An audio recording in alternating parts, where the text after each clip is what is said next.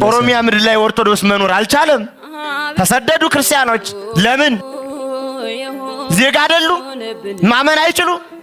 በፈለጉት ማምለክ አይችሉም። የነፍጠኛ ታቦት ይውጣልን። ማን እንዴ ጎበዝ? ይቺ ቤተክርስቲያን በደሏ ምንድነው? እኛ ክርስቲያኖች ራሱ ምንድነው የበደልነው?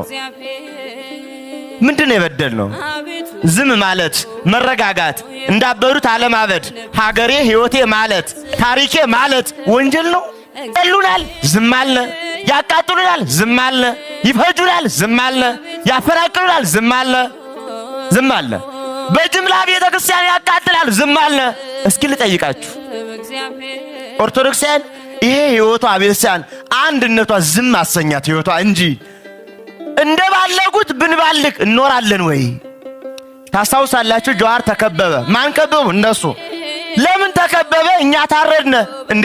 የተከበቡ እነሱ፣ ምን ታረድ? እኛ ስንታረድ ለምን? ኦርቶዶክስ እሺ ተውት። ሃጫሉ ሞተ።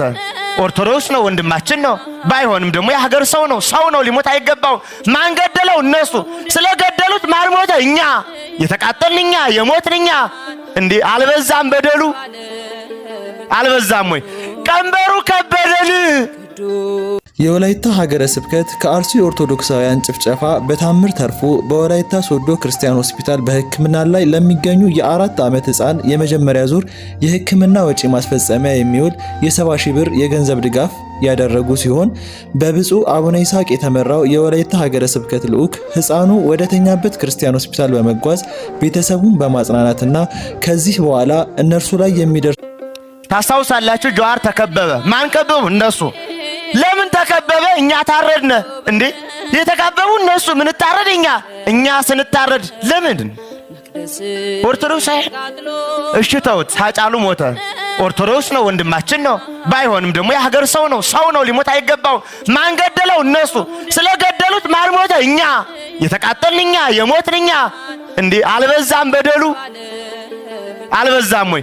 ቀንበሩ ከበደን።